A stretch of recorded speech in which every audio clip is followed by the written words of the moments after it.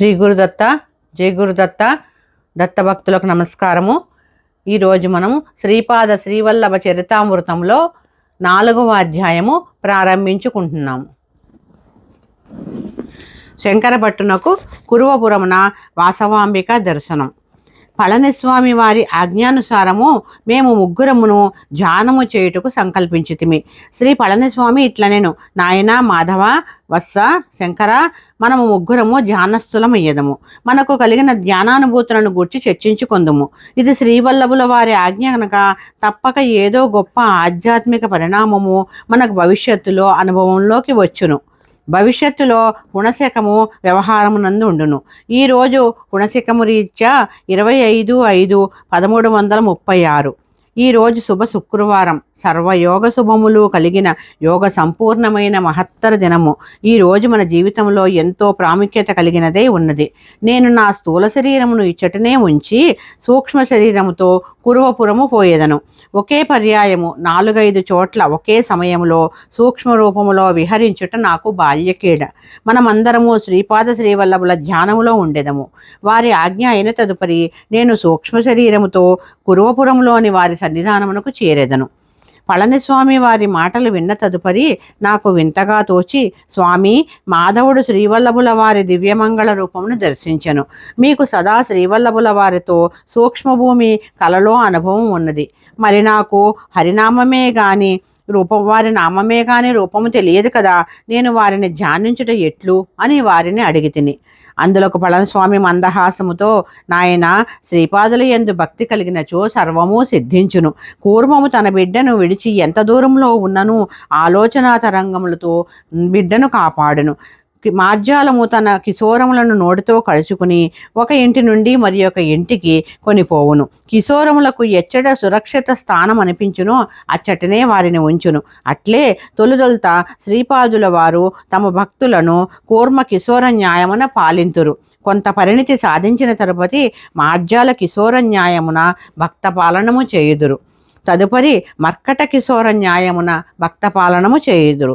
ఇందుకు కిశోరము తన తల్లిని ప్రయత్నపూర్వకంగా అంటిపెట్టుకోవలసిన అవసరం ఉన్నది.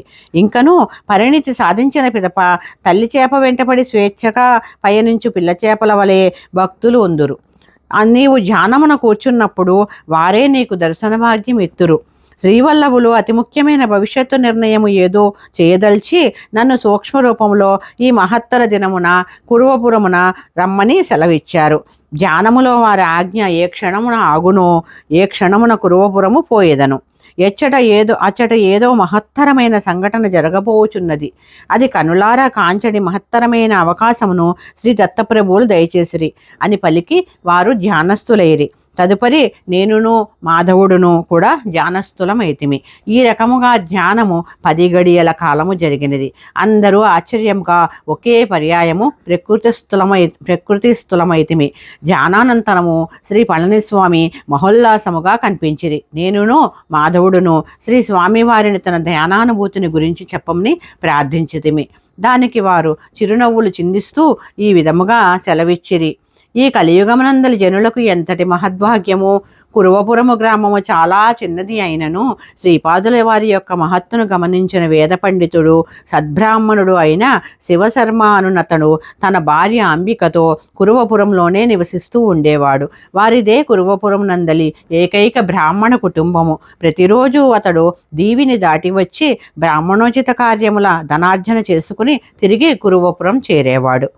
అతడు కాశ్యప గోత్రీకుడు, చాలా గొప్ప పండితుడు, అనుష్ఠానపరుడు, యజుర్వేది. శివశర్మకు కలిగిన సంతానము స్వల్పకాలంలోనే నష్టమగుచుండెను. ఎట్టకేలకు ఒక్క కుమారుడు మాత్రము నిలిచెను. దురదృష్టవశమున అతడు జడుడు, మందబుద్ధి గలవాడు అయ్యను. నిష్ప్రయోజన సంతానం కలిగిన దిగులుతో శివశర్మ చిక్కి శల్యము కాజొచ్చెను. ఒకనాడు శ్రీవల్లభుల సమక్షంలో వేదమును పఠించి అతడు మౌనముగా నిలిచుండెను. శ్రీస్వామి మందహాసముతో అతని మనసులోని దిగులను గమనించి ఇట్ల నేను, శివశర్మ, ఇతర చింతనలు మరిచి నిరంతరము నన్నే ధ్యానించు వారికి నేను బానిసను. నీ అభీష్టము ఏమిటో తెలుపమనెను. అందులో ఒక శివశర్మ, స్వామి, నా కుమారుడు నన్ను మించిన పండితుడు వక్త కావాలనని ఆపేక్షించితిని. నా ఆశలన్నీయు వమ్ము అయ్యెను. నా కుమారుడు పరమసుంట అయ్యను. ఘటనాఘటన సమర్థులకు మీకు వానిని పండితుడిగాను ప్రయోజకుడుగాను చేయుట కష్టసాధ్యమైన విషయం కాదు. తదుపరి తమ చిత్తము అనెను. అందులోకి శ్రీపాదులు, నాయనా, ఎంతటి వారికైనను పురాకృత కర్మ ఫలములు అనివార్యములు. సృష్టి అంతయును అనుల్లంఘనీయమైన శాసనమునకు లోబడి నడుచుచున్నది. స్త్రీలకు పూజాఫలముగా భర్త లభించును, దానఫలముగా బిడ్డలు కలుగుదురు. ఎల్లప్పుడూ సత్ప్రాత్ర దానము చేయవలేను. యోగ్యులు కాని వారలకు దానము చేయుట వలన అనిష్టములు సంభవించును. సద్బుద్ధి కలవానికి అన్నము పెట్టినచో వాడు చేయు పుణ్యకార్యముల వలన కలుగు పుణ్యములో కొంత భాగము అన్నదాతకు వచ్చును. దుర్బుద్ధి కలవానికి అన్నము పెట్టినచో వాడు చేయు పాపకార్యముల వల్ల కలుగు పాపములో కొంత భాగము అన్నదాతకు వచ్చును. దానము చేయనప్పుడు అహంకారరహితముగా ఉండవలెను. అప్పుడు మాత్రమే అది సత్ఫలితాలను ఇచ్చును. పూర్వజన్మ కర్మ విశేషమనే మందబుద్ధుడు నీకు కొడుకాయెను.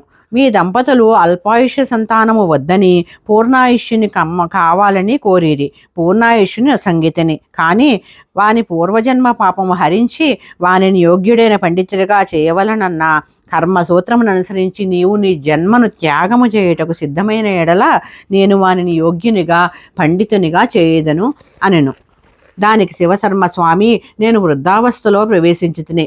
నేను నా జీవితము త్యాగము చేయుటకు సంసిద్ధుడను. నా కుమారుడు మాత్రము బృహస్పతి వంటి పండితుడు వక్త అయిన ఎడల నాకు కావలసినది ఏమున్నది అనెను. అంతటా ఘటనాఘటన సమర్థులైన శ్రీచరణులు, సరే, నీవు అనతి కాలంలోనే మరణించగలవు. మరణానంతరము సూక్ష్మదేహములో ధీశీలా నగరమునందు నింబవృక్షమునందు ఉండు భూగృహలో తపశ్చర్యలో కొంతకాలము ఉండేదవు. తర్వాత పుణ్యభూమి అయిన మరాఠ దేశమును జన్మనొందగలవు. ఈ విషయమును నీవు నీ భార్యకు ఎంత మాత్రమూ తెలియనీయకము అని ఆజ్ఞాపించిరి. అనతి కాలంలోనే శివశర్మ మరణించెను. అంబిక తన కుమారునితో సహా బిచ్చమెత్తుకుని జీవిస్తూ ఉండేది. ఇరుగు పొరుగు వారు చేయు పరిహాసములకు అంతులేకుండెను. అప్రయోజకుడైన బ్రాహ్మణ బాలుడు పరిహాసములను భరించలేక ఆత్మహత్య చేసుకునదలిచి ఆమె అతని వెంట పరిగెత్తసాగెను. పూర్వపుణ్యవశమున దారిలో శ్రీపాదుల వారు ఎదురై వారిని ఆత్మహత్యా ప్రయత్నం నుండి విరమింపచేసి తమ అపార కారుణ్యముతో ఆ మూర్ఖ బాలుని మహాపండితునిగా సంకల్ప మాత్రము చేత మార్చివేసిరి. అంబికను శివపూజలో శేష జీవితము గడపమని ఆదేశించిరి. శనివార ప్రదోష సమయమున చేయు శివపూజా ఫలమును గూర్చి వారికి విస్తారముగా తెలియజేసిరి. తర్వాత జన్మమున అంబిక తనతో సరి సమానమైన కుమారుడు కలుగునని వరమిచ్చిరి. అయితే తమతో సరి సమానుడు ముల్లోకాలలోనూ లేడు కనుక తామే ఆమెకు మరుజన్మలో కుమారుడిగా జన్మించుటకు నిశ్చయించిరి. సమస్త కళ్యాణ గుణములకు నిలయమైన ఓ వాసవాంబిక, నీ సంకల్పం నెరవేరుగాక. నేను ఇంకను 14 సంవత్సరములు అనగా ఈ శరీరమును 30 సంవత్సరములు వచ్చు పర్యంతము ఈ శ్రీపాద శ్రీవల్లభ రూపమునే ఉండి తదుపరి గుప్తమయ్యేదను. తిరిగి సన్యాసధనము ఉద్ధరించు నిమిత్తము నరసింహ సరస్వతి నామము నొంది ఆ అవతారములో 80 సంవత్సరముల వయసు వచ్చు వరకు ఉండెను.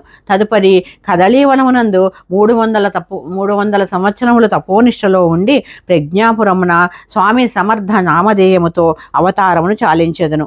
అవధూతల రూపంలోనూ సిద్ధపురుషుల రూపములోనూ అపరిమితమైన నా దివ్య కళలతో లీలలను మహిమలను చేయుచు లోకులను కర్మానురక్తులుగా చేసేదను అని అనిరి. యుగములు మారుకొలది మానవుడు అల్పశక్తివంతుడగుచుండును. అందుచేత పరతత్వము ఋషీశ్వల కొరిక మేరకు క్రింది స్థాయిలకు దిగి వచ్చుచూ ఉండును. ప్రభువు శరీరధారి అయి అవతరించుట సంపూర్ణ అనుగ్రహ సూచకము. ఈ విధముగా ప్రభుతత్వము క్రింది స్థాయిల్లోకి దిగి వచ్చుట వలన స్వల్ప మాత్రమైన శ్రమచే మానవులు ఉత్తమ ఫలితములు పొందుటకు వీలు కలుగుచుండును. కావుననే కలియుగమునందు మానవులు ధన్యులు. కేవలము స్మరణ మాత్రమునే దత్తప్రభువుల వారి యొక్క అనుగ్రహము కలుగుచుండును. మానవుడు పతనముగుటకు ఎన్ని అవకాశములు ఉన్నవో శ్రీచరణుల యొక్క అనుగ్రహము పొందుటకు అంత రెట్టింపుగా అవకాశములు ఉన్నవి. ఇది పరమసత్యము. స్మరణ, అర్చన మొదలైన క్రియాకలాపముల వల్ల శ్రీపాద ప్రభువులతో సాంగత్యం ఏర్పడుచున్నది. వీటి ద్వారా ఆశ్రితుల యొక్క పాపకర్మములు, దోషపూరితములైన విషయ వాసనలు, సంస్కారములు అవన్నీ శ్రీపాద ప్రభువుల చైతన్యములోకి ప్రవేశించి వారి నుండి శ్రేయోదాయకమైన శుభస్పందనలు వారి ఆశ్రితులలోనికి ప్రవేశించును. శ్రీచరణులు తమ చైతన్యమున చేరిన పాప సముదాయములను, నల్లటి తేజస్సులను ఒక పవిత్ర నదీ స్థానముతో పోగొట్టెదరు, లేదా తమ యోగాగ్నిలో వాటిని కాల్చి బూడిద చేసెదరు. తాము స్వయముగా తపము ఆచరించి ఆ తపఫలమును తమ ఆశ్రితులకు దారపోసెదురు. ఈ విధముగా కర్మసూత్రము అతిక్రమించకుండా భక్తరక్షణము చేసెదరు. తాము అవసరమని భావించిన ఎడల జడస్వరూపమైన కర్మతత్వమును శాసించి తమ శ్రీచరణ ఆశ్రితులను విముక్తి ప్రసాదించెదరు. క్షణక్షణము తమ భక్తులను కూర్చియే వారు కర్మధ్వంసమును అహోగ్ర రూపమున చేయుదురు. కావున వారి పాదుకలను ఆశ్రయించిన వారు తమకు తెలియకుండానే కర్మబంధముల నుండి విముక్తి పొందెదరు. శ్రీ పళనిస్వామి ఈ విధముగా సెలవిచ్చిన తర్వాత నా మనస్సులోని సందేహము వెలిబుచ్చుచూ ఈ విధముగా ప్రశ్నించి సాహసించితిని. స్వామి, ఏలినాటి శని వంటివి పట్టినప్పుడు శంకరులకైనను ఆ బాధ తప్పదని వింటిని. గ్రహ సంబంధ బాధలను శ్రీ గురు సార్వభౌములు ఏ విధముగా పారద్రోలెదరో తెలుప ప్రార్థన. నాయనా శంకర, ఖగోళమునందలి గ్రహములు జీవుల ఎడ మిత్రుత్వ శత్రుత్వములు కలిగి ఉండవు.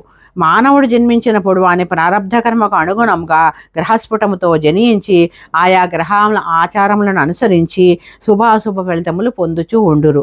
ఈ గ్రహముల వెంట వెలువడు సూక్ష్మ కిరణములు అశుభములను కలిగించినవి అయినప్పుడు వాటి దోష నివారణకు మంత్ర తంత్ర యంత్రముల వలన ఫలితము కనిపించినప్పుడు తప హోమములు ఆశ్రయించవలేను. వాటి వలన కూడా ఉపశమనము కలగనప్పుడు శ్రీ గురుపాదుకలే శరణ్యము.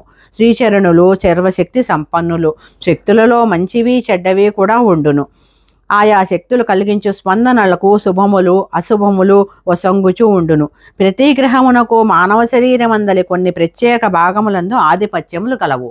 గ్రహబాధలు సంభవించినప్పుడు మానవుని శరీరమునందలి ఏ భాగముల్లో ఆయా గ్రహముల ఆధిపత్యం కలదో అవి రుజాగ్రస్తమగును. స్పందనల వల్ల విశ్వచైతన్యం నుండి ప్రవహించు సూక్ష్మ స్పందనలు గ్రహించినప్పుడు అనిష్ట ఫలములు సిద్ధించును. స్పందనల వల్ల కలుగు ఆకర్షణ వికర్షణల్లో తేడాలు కలుగును. ఇంతదనుక సజ్జన సాంగత్యము కలిగిన వ్యక్తి దుర్జన సాంగత్యము, నీచజన సావాసము, అకారణ కలహములు, బంధువియోగము, కుటుంబమునందరి సభ్యుల్లో వివాదములు, ఆకర్షణ శక్తి తగ్గుట మొదలైన అనిష్ట ఫలములు కలుగుచూ ఉండును. విశ్వశక్తుల వలన కలుగు స్పందనలు నిరంతరముగా సృష్టించబడుతూ ఉండును. అవి కొంతకాలము వరకు ఆయా మానవులు యందు పనిచేయుచుండుట స్థితి కార్యము. కాలము శక్తి స్వరూపము. కొంతకాలము గడిచిన తదుపరి ఆ స్పందనలు ఆ మనుష్యుని వీడి విధిరీత్యా ప్రభావితుడు కావలసిన మనుషుని శరీరమునందు చేరును. తిరిగి కాలచక్రమును అనుసరించి ఫలితములు నిచ్చుచూ ఉండును. మానవులు దైవభక్తి కలిగి జపతపములు చేసిన ఎడల వాటి తీవ్రత కొంతవరకు తగ్గించబడును. మహర్షులు విశ్వ కళ్యాణమును కోరి వివిధ రకములైన యజ్ఞములను చేయుదురు. తమ తపఫలమును దారపోయుదురు. ఈ ప్రక్రియ వలన విశ్వమునందు ఉద్భవించిన అనిష్టదాయకములకు స్పందనలు మనుష్యుని తర్వాత మనుష్యుని పీడించుటకు బదులు అవి ఎక్కడ నుండి ఉద్భవించినవో అక్కడకు చేరును, అనగా మూలబిందు స్థానమునకు చేరును. దీనిని తిరోధానముగా చెప్పవచ్చును. స్వల్ప మాత్రము పుణ్యకార్యములు చేసినను విశేష శుభఫలితములు ఇచ్చును. దీనినే అనుగ్రహమని అందురు. నాయన, నీ క్రియాయోగ సిద్ధాంతము ప్రకారము సృష్టి స్థితి లయ తిరోధాన అనుగ్రహములకు నీకు వివరించితిని. నీవు ధ్యానమును చూచిన ముస్లిం సాధువులో భవిష్యత్తులో శ్రీపాద శ్రీవల్లభుల శక్తి విశేషముగా ప్రవహించును. నింబవృక్ష పాదముననున్న గృహములో 4 నందాదీపములు నీవు చూడగలిగితివి. ఇది అసాధారణమైన విషయము. శ్రీపాద శ్రీవల్లభులు ఏదో మహత్తర విద్వేషముల దృష్టిలో ఉంచుకుని నీకు అనుభవమును ఇచ్చిరి. దాని యొక్క ఆంతర్యము వారికి మాత్రమే విదితము. వారి లీలలు చాలా మహత్తరమైనవి, నిగూఢ ప్రయోజనములు కలిగినవి. అంతేకాకుండా ఇతరులకు చెప్పకూడనివి దైవరహస్యములు అయి కూడా ఉండవచ్చు. వారు అనుమతి ఇచ్చిన మేరకు మాత్రమే నేను నీకు వివరింపగలను. సమస్త సృష్టియును శ్రీపాద వల్లభుల వారి కనుసన్నులలో మెలుగును. వారికి వారే ప్రమాణము, వారికి వారే సాటి. విశ్వనియంత యొక్క విభూతులు యోగసిద్ధులు అమేయములు, పరిణామములకు కొలతలకు పరిమితులకు అందని విషయములు. శ్రీ పళనిస్వామి వివరణలతో నా మనస్సు ఆనందకళితమైంది. నేను ఉడిపి క్షేత్రము నుండి బయలుదేరి మొదలు కురువపురము చేరుటకు మధ్యలో ఎన్నెన్నో విచిత్రమైన సంఘటనలు నడుచుచున్నవి. ఈ విషయములన్నింటినీ గ్రంథస్థము చేయవలనని శ్రీ గురు సార్వభౌముల అనుమతిని పొందవలనని శ్రీపాద శ్రీ వల్లభుల దర్శనమైన తర్వాత శ్రీచరణులను ఈ విషయమై అభ్యర్థించవలసిందని అనుకొంటిని. శ్రీ పళనిస్వామి నా మనసులో భావనలు అవలీలగా అర్థం చేసుకుని నీ మనసులోని భావనలను అవగతము చేసుకుంటుని. భవిష్యత్తునందలి భక్తజనుల హితార్థము వారి చరిత్రను లిఖింపచి దల్చితిని. శ్రీపాద శ్రీవల్లభుల వారు తప్పక నీ ప్రయత్నము ఆశీర్వదింతునని పలికెను. అంతటా శ్రీ పళనిస్వామి మాధవుని తన ధ్యానానుభూతిని గూర్చి చెప్పమని అడిగిరి. మాధవుడు ఇట్లు చెప్పసాగెను. శ్రీ పళనిస్వామి ఇట్లనిరి, నాయనా మాధవ, నీవు దర్శించిన శ్రీపాద శ్రీవల్లభుల మాతామహ గృహములో నీలోని సర్వశక్తులు ఆకర్షింపబడిన స్థలము అనగా శ్రీపాద శ్రీవల్లభులు జన్మించిన స్థలము. అచ్చటి పాదుకలకు క్రిందుగా ఉన్న పాతాళమునందు అనేక వందల సంవత్సరముల నుండి తపోనిష్టలో ఉన్న ఋషులు కలరు. నీవు దర్శించిన శ్రీపాద శ్రీవల్లభ జన్మస్థలమునందు మాత్రమే వారి పాదుకలు ప్రతిష్ఠింపబడును. పాదుకలు ప్రతిష్ఠింపబడిన కొన్ని సంవత్సరములకు అప్రయత్నముగా శ్రీపాద శ్రీవల్లభ చరితామృతము వెలుగులోకి వచ్చును.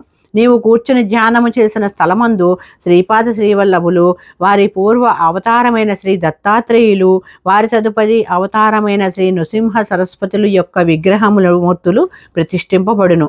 ఆ తర్వాత ఆ క్షేత్రములో విస్తారముగా లీలలు జరుగును అని తెలియచేసిరి. అనంతరము శ్రీ పళనిస్వామి కొంతసేపు మౌనం వహించిరి. మా గుహకు దగ్గరలోనే ఉన్న నవయువకుని శవమును బయటకు తీయమని చెప్పిరి. శవము బయటకు తీసిన తర్వాత ప్రణవమును ఉచ్చరింపసాగిరి. శ్రీపాదరాజం శరణం ప్రపద్యే అను ఘోషతో వ్యాఘ్రేశ్వర శర్మ అరుదించెను. శ్రీ పళనిస్వామి నవయువకుని శరీరములో ప్రవేశించిరి. అంతటా వయోభారము చేత శిథిలమైన శ్రీ పళనిస్వామి వారి వృద్ధ శరీరమును సమీపవస్థలో నదిలో పారవేయుటకు వ్యాఘ్ర రూపములో ఉన్న వ్యాఘ్రేశ్వర శర్మ తీసుకుని పోయెను. నూతన శరీరంలో ప్రవేశించిన పళనిస్వామి ఇట్లు ఆజ్ఞాపించిరి, మీరు తక్షణము ఇచ్చటి నుండి పోవలెను. నాయనా మాధవ, నీవు విచిత్రపురమునకు పొమ్ము. నీవు నీ సూక్ష్మ శరీరంలో పీఠికాపురంలోని పుణ్యవంతులను దర్శించినావు. ఈ జన్మకు అది చాలును. నాయనా శంకర, నీవు తిరుపతి మహాక్షేత్రమునకు పొమ్ము. మాధవ, మీకు శ్రీపాద శ్రీవల్లభుల అనుగ్రహము కలుగుగాక. అంతటా మాధవుడు విచిత్రపురము వైపు, నేను తిరుపతి వైపు ప్రయాణము సాగించితిమి. శ్రీచరణుల లీలలకు అంతెక్కడా. ఓం శ్రీపాద శ్రీవల్లభ స్వామిని నమః. ఓం శ్రీపాద శ్రీవల్లభులకు జయము జయము.